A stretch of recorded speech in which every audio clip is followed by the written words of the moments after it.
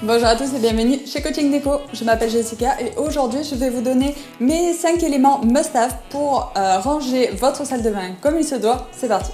Si vous êtes nouveau sur ma chaîne, je vous souhaite la bienvenue. Je suis décoratrice d'intérieur et toutes les semaines je partage avec vous une petite vidéo pleine d'astuces et de conseils en décoration d'intérieur. Donc si c'est votre truc, abonnez-vous et déclenchez la petite sonnette, puis comme ça vous deviendrez vite un as de la déco. Allez, c'est parti avec les conseils.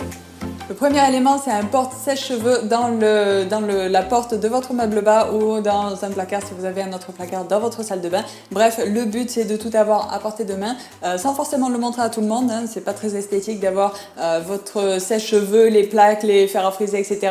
Tout ça étalé sur le plan de travail. Donc il vaut mieux l'avoir camouflé mais quand même à portée de main pour pouvoir s'en servir facilement au quotidien.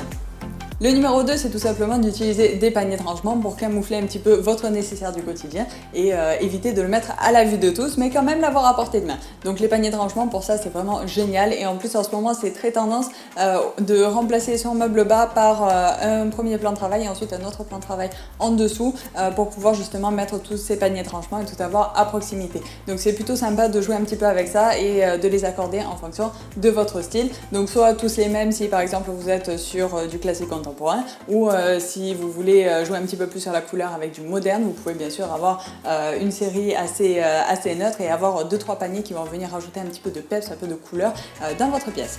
Le numéro 3, c'est tout simplement de camoufler un petit peu tous vos nécessaires du quotidien, donc les cotons, les cotons-tiges, les make-up, tout ça. Mettez-les dans des récipients un petit peu plus sympas. Je suis désolée, j'ai mon voisin qui est en plein de travaux, il meule depuis ce matin, c'est un peu d'horreur, je suis désolée.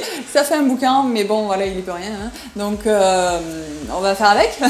Donc, je ne sais pas si vous l'entendez, j'espère que non, mais vraiment, c'est assez fort. Donc, on va faire avec. Bref, donc du coup, oui, mon troisième conseil, c'est tout simplement d'utiliser des pots assez sympathiques. Donc, souvent, les pots en verre sont très utilisés pour la majorité des styles, mais vous pouvez aussi utiliser des pots en céramique, en argent, en cuivre, en or, enfin bref, en fonction de votre style, en fonction de votre personnalité, et pensez à faire refléter, bien sûr, tout ça dans ces petits éléments de décoration qui vont venir affirmer votre style et en même temps vous permettre d'avoir tout votre petit bazar du quotidien à portée de main. Donc c'est plutôt gagnant-gagnant, donc voilà, je pouvais pas ne pas le mettre dans cette vidéo, c'est pas possible. Le numéro 4, je l'ai dit, je le redis, je le redirai probablement encore. On va faire avec, je suis désolée. Donc du coup pour ce quatrième conseil, donc je l'ai dit, je le redis et je le redirai, je suis désolée, mais c'est très important, c'est d'enlever tous vos flacons commerciaux et publicitaires qui viennent agresser et rajouter des couleurs on va dire un petit peu nuisible à votre décoration, hein, n'est-ce pas? Et venir les mettre dans des flacons esthétiques que vous aurez choisis, donc vous pourrez maîtriser dans votre décoration pour tout simplement avoir un espace beaucoup plus aéré et beaucoup plus volontaire. Donc choisissez-les soigneusement et bien sûr adaptez-les à vos besoins. Si vous avez trop de cosmétiques comme moi, vous pouvez bien sûr soit faire un gros tri radical. Moi, j'ai pas eu le cœur d'aller jusqu'au bout de mon tri. Il faut que je fasse des efforts là-dessus. Mais ce que vous pouvez faire, c'est tout simplement de prendre une boîte de rangement et de la mettre dans un placard ou dans un tiroir de votre salle de bain pour avoir les doublons, les choses que vous achetez. Des fois, on achète des shampoings en double, etc. pour en avoir d'avance. Vous pouvez bien sûr tout mettre dans un placard, camoufler et garder uniquement les trucs un petit peu sympas à regarder à la vue de tous dans votre salle de bain.